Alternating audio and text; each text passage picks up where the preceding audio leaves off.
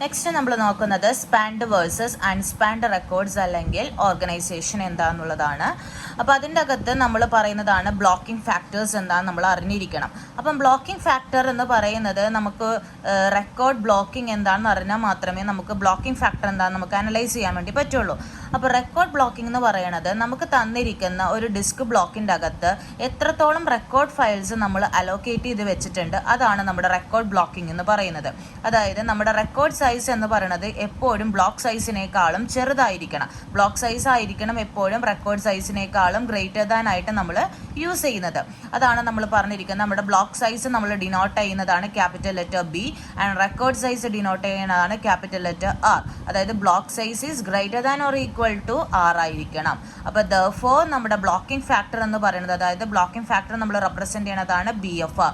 That means എത്ര records, how many records ആണ് നമ്മൾ എന്ത് ചെയ്യണത്, എൻ്റെ ഡിസ്ക് ബ്ലോക്കിൽ സ്റ്റോർ ചെയ്യണത്.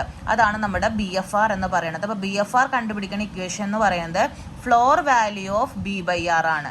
അതായത് ഫ്ലോർ മീൻസ് ഉദ്ദേശിക്കുന്നത് നമ്മളിപ്പോൾ കൊടുക്കുന്ന ഡെസിമൽ വാല്യൂ ആണെങ്കിൽ, അതായത് ഇപ്പോൾ for example floor value of 10.2 എന്ന് പറഞ്ഞ് കൊടുത്ത് കഴിഞ്ഞിട്ടുണ്ടെങ്കിൽ നമ്മളിവിടെ കൺസിഡർ ചെയ്യുന്നത് എന്തായിട്ടായിരിക്കും, 10 ആയിട്ടായിരിക്കും. അതാണ് നമ്മുടെ എന്തെന്ന് ഫ്ലോർ വാല്യൂ എന്ന് പറയുന്നത്. അപ്പം BFR മീൻസ് എന്താ പറയണത്, ബ്ലോക്കിംഗ് ഫാക്ടർ. അതായത് നമ്മുടെ ബ്ലോക്കിംഗ് ഫാക്ടർ ഈക്വൽ ടു എന്ന് പറയുന്നത് നമ്മുടെ block size divided by record size ആയിരിക്കും.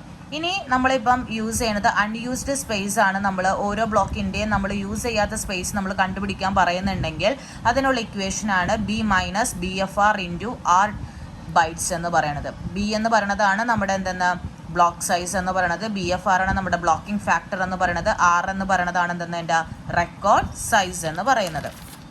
ഇനി ഇപ്പോൾ ഒരു എക്സാമ്പിൾ പറയണതാണ്. എൻ്റെ B എന്ന് പറയുന്നത്, അതായത് എൻ്റെ ബ്ലോക്ക് സൈസ് എന്ന് പറയുന്നത് 500 ആണെന്ന് വിചാരിക്കുക, എൻ്റെ റെക്കോർഡ് സൈസ് 50 ആണ്.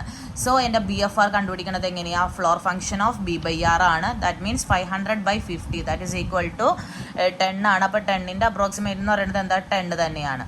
ഇനി അതിൻ്റെ അൺയൂസ്ഡ് സ്പേസ് കണ്ടുപിടിക്കാനാണെങ്കിൽ നമ്മൾ എന്ത് ചെയ്യുക, ഇക്വേഷൻ എഴുതി അതിൻ്റെ അകത്ത് എന്ത് ചെയ്യുക, ഓരോ ടേമിൻ്റെയും വാല്യൂ സബ്സ്റ്റിറ്റ്യൂട്ട് ചെയ്ത് കഴിയുമ്പോൾ നമുക്ക് കിട്ടുന്നത് എത്രയാണ്, 12 ബൈറ്റ്സ് ആയിരിക്കും. ഇനി നമ്മൾ ഫോം ചെയ്യുന്ന അടുത്ത കേസാണ് എത്ര നമ്പർ ഓഫ് ബ്ലോക്സ് ആണ് നമുക്ക് ഓരോ ഫയലിൻ്റെ അകത്ത് നമുക്ക് ആവശ്യമുള്ളതെന്നാണ് നമ്മൾ കണ്ടുപിടിക്കേണ്ടത്. അപ്പം നമ്മളിവിടെ കണ്ടുപിടിക്കാൻ യൂസ് ചെയ്യുന്ന നമ്പർ ഓഫ് ബ്ലോക്സ് എന്ന് പറയുന്നത് സ്മോൾ ലെറ്റർ B വെച്ചിട്ടാണ് നമ്മൾ ഡിനോട്ട് ചെയ്യുന്നത്. അതായത് അതിൻ്റെ ഫയൽ ഓഫ് റെക്കോർഡ്സ് എന്ന് പറയുന്നത്, എത്ര റെക്കോർഡ്സ് കണ്ടുപിടിക്കുന്നതാണ് എന്തെന്ന്, സ്മോൾ ലെറ്റർ R. അപ്പോൾ ഓർക്കുക, ക്യാപിറ്റൽ ലെറ്റർ B എന്ന് പറയുന്നത് എൻ്റെ ബ്ലോക്ക് സൈസും സ്മോൾ ലെറ്റർ B എന്ന് പറയുന്നത് നമ്പർ ഓഫ് ബ്ലോക്സും ആയിരിക്കും. ക്യാപിറ്റൽ ലെറ്റർ R എന്ന് പറയുന്നത് റെക്കോർഡ് സൈസും സ്മോൾ ലെറ്റർ R എന്ന് പറയുന്നത് എത്ര നമ്പർ ഓഫ് റെക്കോർഡ്സിനായിരിക്കും നമ്മൾ ഡിനോട്ട് ചെയ്യണത്. അപ്പോൾ that means B equal to എന്ന് പറയുന്നത് സീലിംഗ് ഫംഗ്ഷൻ ആണ്. നേരത്തെ BFRൽ ഫ്ലോർ ഫംഗ്ഷൻ ആണെങ്കിൽ ഇവിടെ നമ്മൾ യൂസ് ചെയ്യണത് എന്താ, സീലിംഗ് ഫംഗ്ഷൻ ആണ്, R/BFR ആണ്.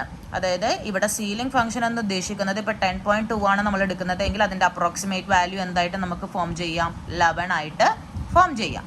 ഇനിയാണ് നമ്മൾ സ്പാൻഡ് റെക്കോർഡ് എന്താണ്, അൺസ്പാൻഡ് റെക്കോർഡ് എന്താണെന്ന് ഫോം ചെയ്യണത്.